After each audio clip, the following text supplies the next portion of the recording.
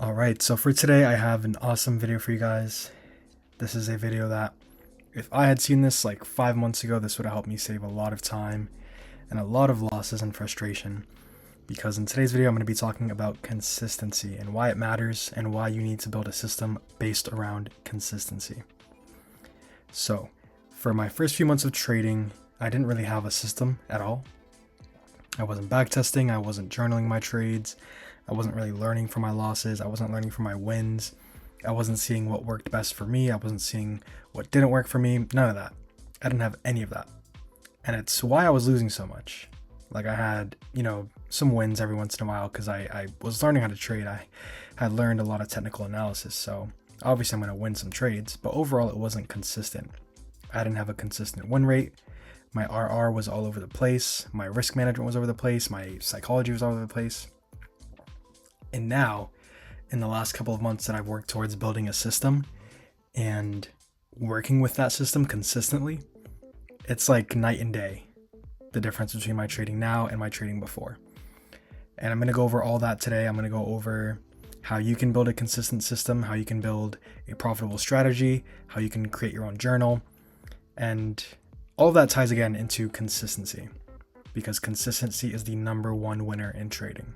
I promise you. So first, why does consistency matter? Most traders are losing because of fear when they're entering their trades. They might not have confidence in their trades. They might not have confidence in their system, in their strategy, whatever. They're going to lose because of FOMO. Like, oh, we're super bullish right now. There's a lot of momentum. Let me just hit buy real quick. And then just try to hop on this wave and catch these few points. Whatever. I've been there before, even fear as well. I've been there before. I've done that, and it's fried me so many times that now whenever I think about doing that, I'm like, all right, I cannot even I don't even want to risk that, Hesitation is a big one as well, especially when I first started out. I had analysis paralysis. That's where you're overanalyzing things, you're overthinking things, and you're not really doing anything because you're hesitant to make any trades, hesitant to make any moves, and that's going to fry you as well over time. Revenge trading is, anyone that, trades will tell you, you're going to revenge trade at least once in your career. If you haven't, you're not human. There's no way. But I revenge traded, quite a few times, and it fried me. And it's just frustrating because revenge trading is one of those things where it's all right, it can set you back weeks of progress literally within a few minutes. So that's terrible. And overtrading is a huge one as well, because I know a lot of people that are taking 10 plus trades a day, and yeah, that's cool, but can you do that consistently? Can you consistently win 10 trades a day for 2 to 3 months? Realistically, unless you have a system where you can manage that, and you even honestly, I don't even think that's possible. That's extremely unrealistic in terms of the view that I have on trading. I'm sure there's a lot of people that can do it, but they are definitely outliers, and that is definitely very rare. That's also probably taken them months, if not years, to practice and overcome. So if you're first starting out, overtrading is not the way to go. So you definitely should be taking less trades, because in trading, less is more. But continuing on, if you're always changing your strategy, you're changing your risk, your time frames, or even your execution, your results will always vary. They will always feel random. You will not have an edge. When you trade consistently, though, when you follow the same setup, the same rules, the same routine, your outcomes become predictable and measurable, because you can finally see what works. You're building data, and with that data, you can turn that into profitability. In my opinion, a profitable system for trading needs 3 things. 1, a strategy that is proven to be profitable. 2, a journal. And 3, again, consistency. So first, a profitable strategy that can be anything. I trade continuations. I know a lot of people that are profitable with reversals, a lot of people that are profitable with standard deviation, top ticking, bottom ticking, whatever it is. Any strategy can be profitable. Trend lines, freaking support and resistance, stuff like that. Anything can be profitable, literally. But you have to put in the work to get there. You have to prove that it's profitable to yourself. You have to understand the model in and out. You have to have tested it. You have to have seen it. You have to know it. And that will build up confidence in your strategy. You'll know it's profitable because it's like, okay, I've already backtested this for a year. I've backtested this strategy for a year. I was profitable, making 10K a month on backtesting for 7 months straight. Boom, I know this can work. I know I can do it. All I have to do is go out there and do it in real time. If you have that confidence where it's like, all right, you've backtested it for a year and you've consistently made an insane amount of money, it's worked, you're going to have that confidence because you'll understand that the only difference is that this is previous price action, like past price action. And the only difference is that all you have to do is do it in real time, which is obviously a lot easier said than done because, again, you have to execute on it. You have to, sit there and be patient. You have to follow your rules in real time. There's obviously a lot more risk because it's real money. The only difference is psychology-wise between backtesting and forward testing. That's pretty much it. It's just psychology-wise. And when you have that confidence, you're less likely to fold due to psychological reasons. But continuing on, again, you've forward tested this strategy, you've back tested it, you know it works and it has proven results, proven profitability. And it gives you a clear and defined entry with set risk management rules, set stop losses, and set targets, or TPs. If you cannot repeat your strategy over and over again, it is not a system and it cannot be one. Second, journaling. In my opinion, this is the most important part of your learning, especially when you're just starting out and when you're in the beginning. When you're journaling all of your forward testing trades, when you're journaling all your back testing trades, and you categorize them by wins, losses, and break evens, you really start to notice patterns. Like, okay, maybe all of my losses came after 10 o'clock. All of my losses came during Asia session. All of my losses came when I, traded this IFVG without, I don't know, whatever it is.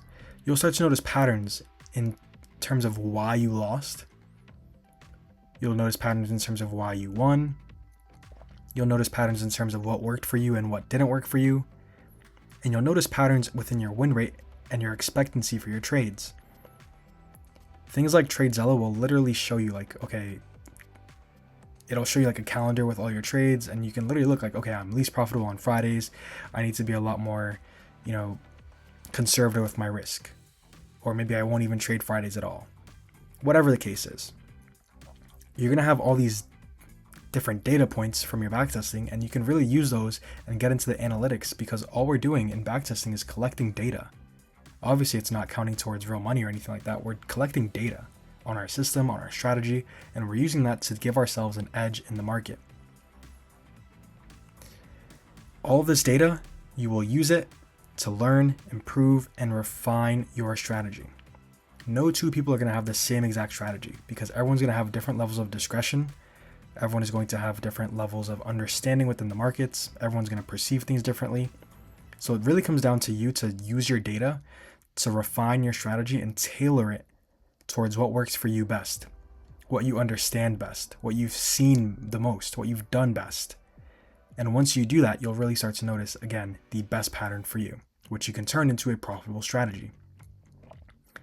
Third will be, of course, consistency. You want to make sure you're repeating the same steps, repeating the same model, the same entries, because that will give you reliable outcomes, repeatable setups, consistent results, and of course, growth over time, which is what we're looking for as traders. All right, so we've talked about consistency, we've talked about creating a system, and I'm also going to dive deeper into all of these things in future videos, like maybe how to create your journal, how to do all that. But let's actually move into my daily routine because that is a huge part of my consistency and that's a huge part of my success lately within trading. So first thing I do, market opens at 9:30 Eastern time every single day. Well, every weekday, I should say. First thing I do is I open up Google Chrome and I instantly go to calendar on Forex Factory. First thing I do is I'm always looking for news that's going to come out today. So for example, today is Wednesday, December 10th. We had news at 8:30. It was employment cost index, which didn't really matter or do much on the charts. And we also had FOMC. So already going into today, I'm expecting a low probability day because FOMC comes out at 2 o'clock. So I know the market might be choppy in anticipation of that. there's a press conference where I think, Powell's going to speak and stuff like that. Boom. Whatever the case is, I already knew that it was low probability for me because of FOMC. So going into today, I was like, all right, I'll watch the charts, which I do every day, from around 9:30 to maybe 10:30 max, but usually I'm off by 10. But I knew that I was going to go into today, get on the charts, maybe look, and if there's a clean setup, I'll take it. But if not, I'm not willing to risk anything on it. I'm not willing to risk any of my profits that I've already built up on this account. So it's like, I didn't even want to trade. Once I do that and I've determined, what type of news is going to come out today, if any, I will next go to TradingView and I will start on the 1 hour time frame. Once I do that, I will look at where we currently are. Right now we're obviously over here at 7:30, and again, this is it's 6:45 p.m. I'm never going to trade at this time, but I'm just going through my routine for you guys. What I will do is I'll look for draws on the higher time frames. So for example, if we continue bearish, we might maybe look to take out these lows down here. And this is also not, my session that I trade, this is nowhere near it. But for example, I would hop on the higher time frames, mark out my draws on liquidity, and maybe check the 4 hour time frame as well. And what I will also do is pull up ES.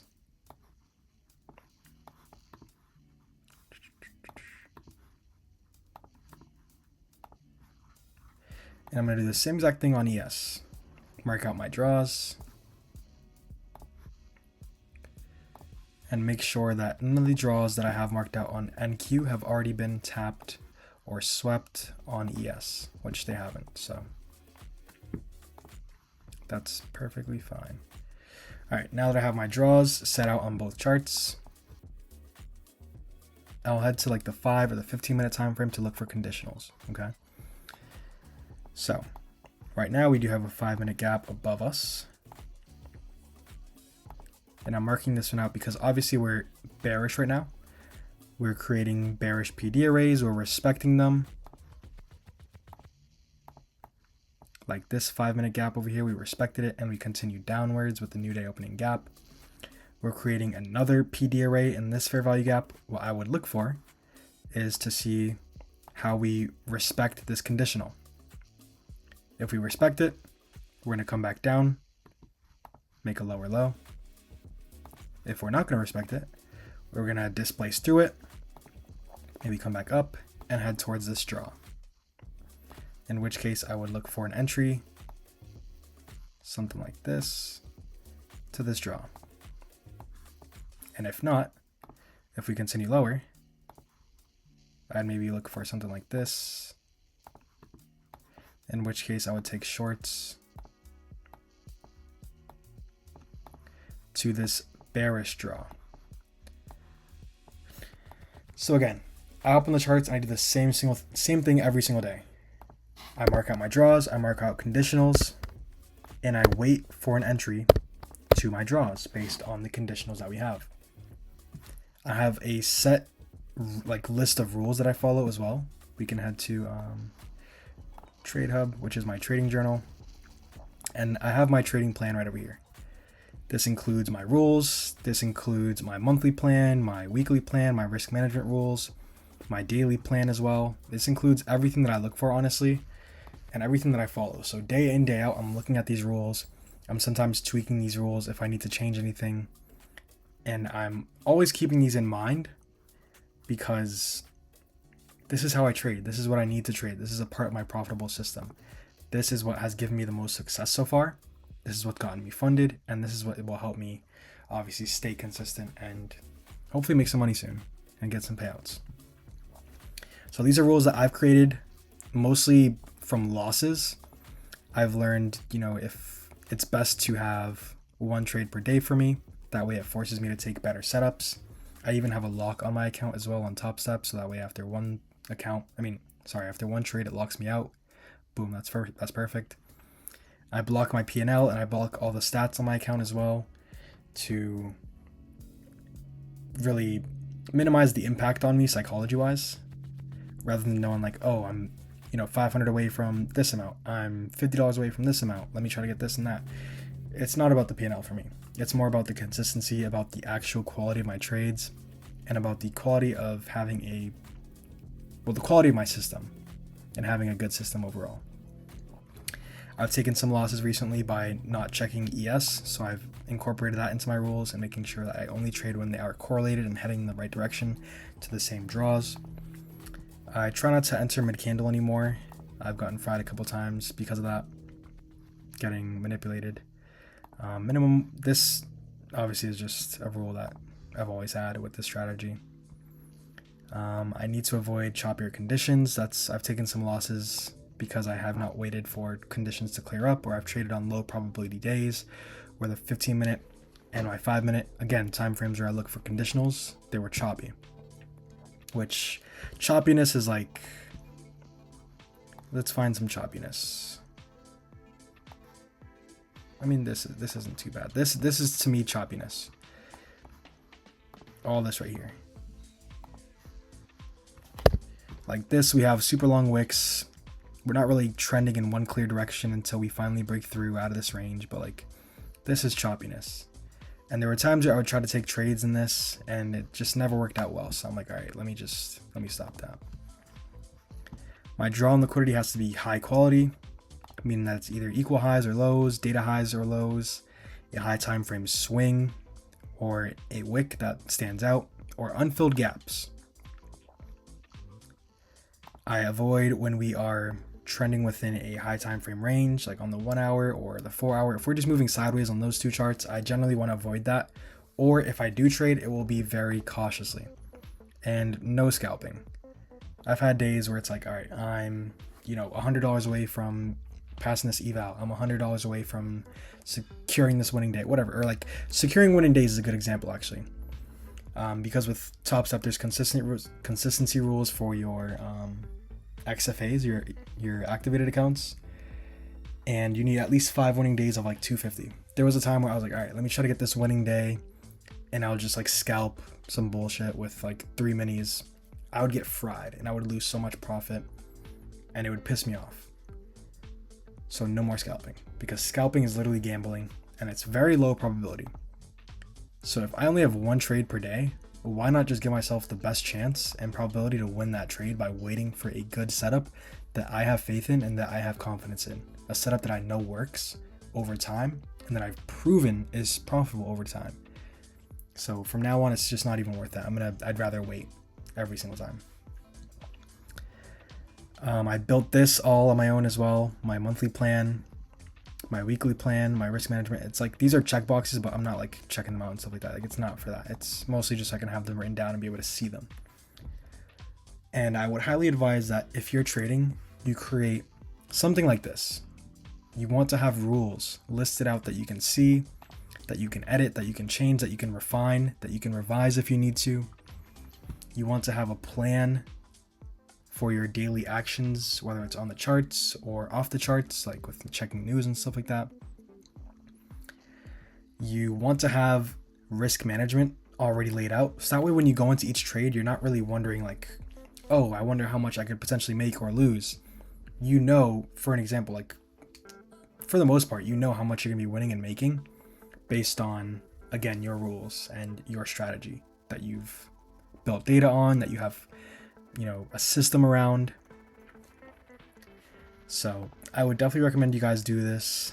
And I'm also going to get into I want to make a video that goes more in depth on my trading journal, and that goes over everything that I have here, like my calendar, my gallery, my backtesting journal, my bias review, my notebook, my weekly reviews, the news, all that stuff. I'll probably upload it as a template as well for you guys. I don't even use these parts, honestly, like the habits and the streak. Like, I don't use those, but I mostly use it for these pages. And again, I will probably make a template and definitely make a video over the next few weeks going over everything, how I journal everything, how I have this system that has really helped me. So if you're interested in that, make sure you drop a like, drop a comment as well. And if you have any questions, always reach out or drop them in the comments. I'd always be happy to answer. I love, seeing that some of my content is getting viewed by random people around the world. Some people have reached out to me, some people have commented on my videos. That really means a lot. It really pushes me to also keep making videos for you guys. So I definitely will not stop. And speaking of consistency, I definitely want to make more videos consistently. So thanks, guys.